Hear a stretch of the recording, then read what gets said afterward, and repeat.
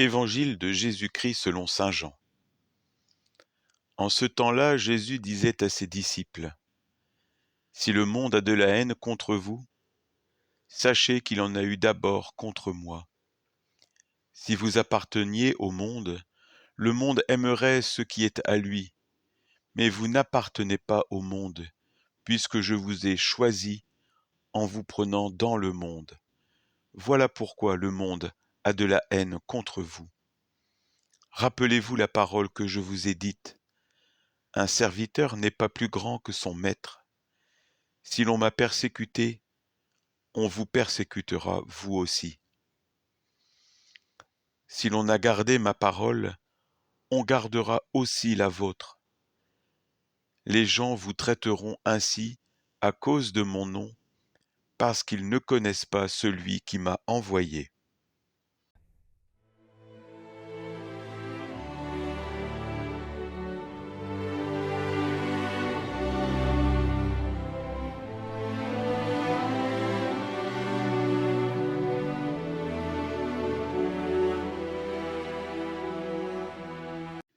Aimez-vous les uns les autres comme je vous ai aimés. Jésus nous envoie dans le monde pour nous aimer les uns les autres comme il nous a aimés. Baptisés, nous sommes disciples du Christ et répondons à l'appel qu'il adresse à chacun de nous. Dans notre condition de vie et par celle-ci, nous sommes en quête de notre vocation, vivre comme le Christ, aimer comme le Christ, mourir comme le Christ, par lui, avec lui et en lui, pour qu'il vive en chacun de nous telle une source jaillissante. La parole de Jésus est vérité, elle est la lumière du monde. Ainsi, la parole de disciple se veut sincère et franche, son attitude est sans ambiguïté et révèle au grand jour, par son décalage, les faux semblants d'une société qui s'est coupée de son origine et qui, ne sachant pas d'où elle vient, ne sait plus où aller. Cette présence du Christ en nous, quand nous lui laissons sa pleine puissance d'expression, est invincible et irrésistible. C'est pourquoi elle nous rend libres d'un détachement et d'une sérénité absolue, chemin de paix profonde et de joie parfaite.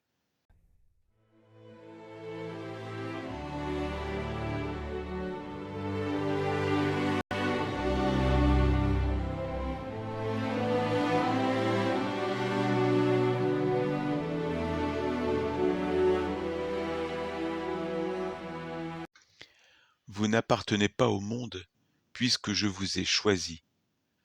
Trouver sa vocation en Jésus nous sauve. Vivre comme le Christ nous rend libres de toute attache, de toute peur.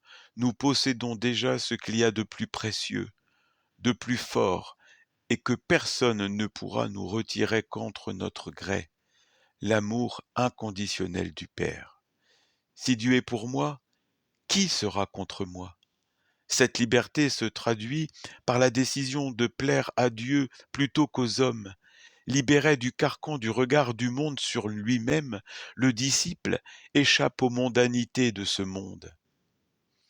Disciple du Christ, dans ce monde, choisi et appelé par le Christ dans le baptême, nous n'appartenons plus au monde, nous ne sommes plus de ce monde. En n'agissant pas selon les critères du monde, mais selon la liberté de la foi chrétienne, le chrétien suscitera de l'opposition de la part du monde et même dans l'Église. Le disciple n'est pas plus grand que le maître. Jésus nous prépare à rencontrer l'opposition et la haine du monde. Le chrétien ne doit pas aimer son prochain pour être aimé en retour, il doit aimer son prochain parce que le Christ le lui a demandé. Heureux êtes-vous si l'on vous insulte, si l'on vous persécute, si l'on dit faussement toutes sortes de mal contre vous à cause de moi.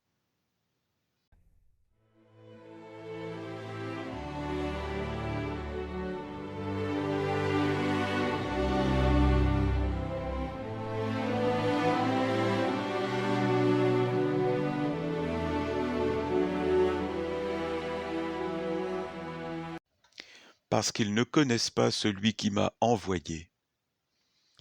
Par leur attachement à Jésus qui les a choisis et par l'exercice de leur mission, les disciples parlent et agissent en se référant au nom de Jésus. C'est donc lui que l'on cherche à atteindre par les persécutions. La haine du monde pourrait susciter de la culpabilité chez les disciples.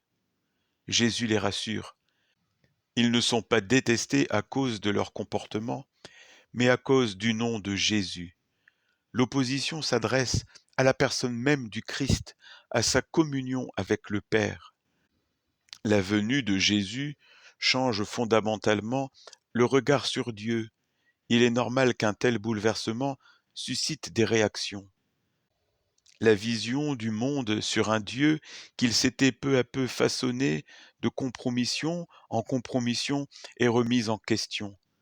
Le péché par excellence consiste à refuser Dieu qui se manifeste en Jésus. La parole de Jésus, dont témoigne la vie des disciples, révèle l'homme et le monde tels qu'ils sont réellement devant Dieu. Le monde est confondu, mais le veau d'or n'a pas encore été fondu.